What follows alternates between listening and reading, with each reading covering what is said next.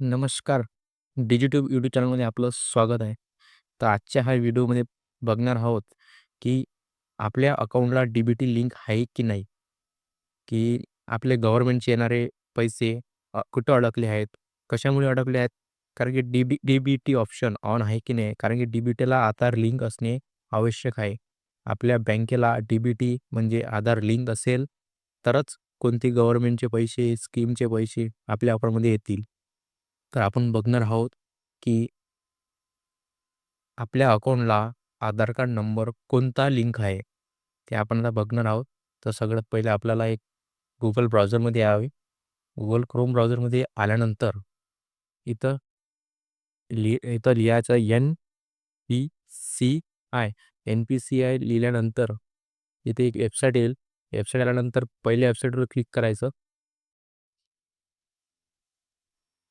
पहिल्या वेबसाईटवर क्लिक केल्यानंतर इथं कस्टमरवर क्लिक केल्यानंतर भारत आधार सीडिंग इनेबलर हे ऑप्शनवर दिसत आहे. ह्या ऑप्शनवर क्लिक करावे. ऑप्शनवर क्लिक केल्यानंतर थोडा टाईम घ्यावे.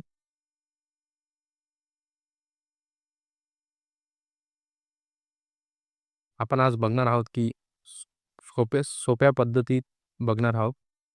नवीन आले असेल डिजिट्यूब यूट्यूब चॅनलला सबस्क्राईब करून ठेवा. असेच नवीन व्हिडिओ, योजना येतील. योजना आली की आम्ही आमच्या चॅनलवर व्हिडिओ टाकतो. ते तुमच्यापर्यंत पोहोचतात. सबस्क्राईब करून ठेवा. सबस्क्राईब केल्यानंतर तुमच्यापर्यंत पोहोचतात. नवीन यूट्यूबवर व्हिडिओ आले, नवीन कोणती स्कीम आली, कोणती योजना आली, तर आम्ही सांगतो. तर आता हे थोडं सर्व्हर डाऊन चालू आहे, तो थोडा वेळ थांबावा लागेल.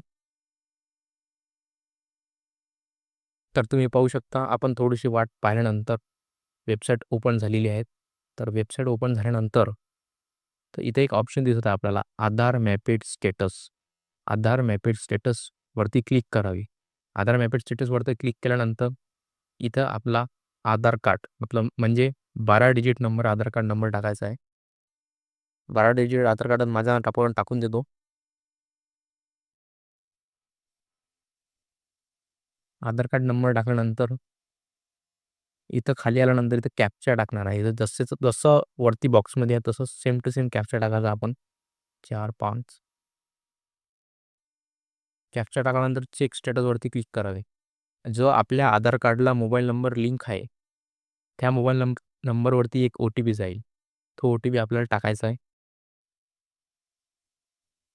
ओ-टी-पी टाकल्यानंतर कन्फर्म या बटनवरती क्लिक करा. आपण पाहू शकता कन्फर्म बटन क्लिक केल्यानंतर ऑटोमॅटिकली आपली एक डिटेल आलेली आहे, की आपल्या अकाउंटला डी-बी-टी कोणती लिंक आहे. डी-बी-टी म्हणजे डायरेक्ट बेनिफिशियरी ट्रान्सफर म्हणजे त्यांच्यामुळे आपल्याला जे गव्हर्नमेंटचे जे पैसे असतात, ते आपल्या अकाउंटमध्ये येतात. त्या कोणत्या अकाउंटमध्ये चालले आहेत, ते आपण पाहू शकतो. माझ्या अकाउंटमध्ये दाखवत आहे इंडियन पोस्ट पेमेंट बँक कारण की माझं इंडियन पोस्ट पेमेंट बँकमध्ये माझे पैसे जात आहे गव्हर्नमेंटचे.